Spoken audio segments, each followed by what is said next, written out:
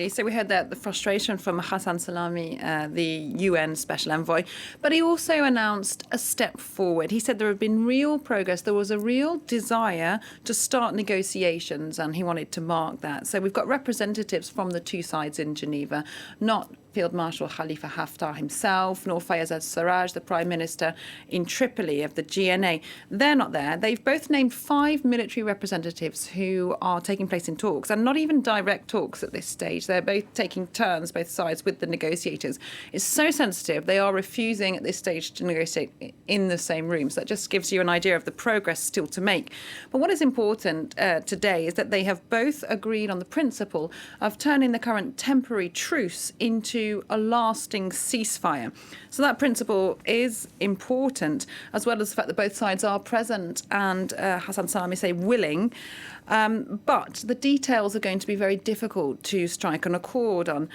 For example, if the ceasefire does come into place, where do they freeze the front lines? Will there be any moving backwards of Haftar's troops? They've been on the edge of the capital, Tripoli, for 10 months now. Obviously, the GNA, the Government of National Accord in Tripoli, wants them to move back. Haftar's troops have been refusing to do so. So where does that front line then freeze, and how far back, if at all, will they move? Also, who's going to police this ceasefire? Is there going to be anyone checking or controlling it? Because there's supposed to be a truce in place right now, and it's being violated all the time. So will there be any kind of international force with peacekeepers from various EU countries or other countries in place? All that needs to be worked out, and it's all very complicated.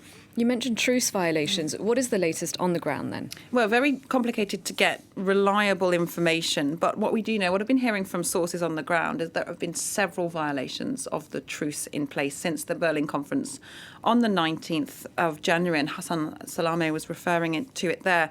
There's been violence in the southern suburbs of Tripoli still, with mortar fire and shelling hitting residential neighbourhoods, something we saw ourselves at the end of last year when we were there.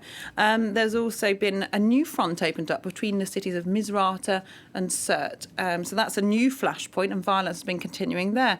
There's also, we know also that arms are still being shipped into Libya, despite the Berlin conference, when world powers said they were going to respect the arms embargo on Libya, which is in place since 2011.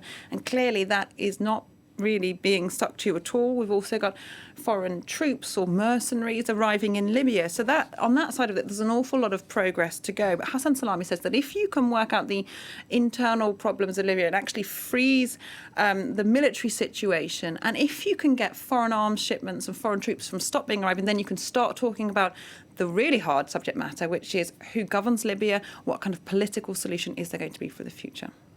All right, thank you very much for your analysis, Catherine.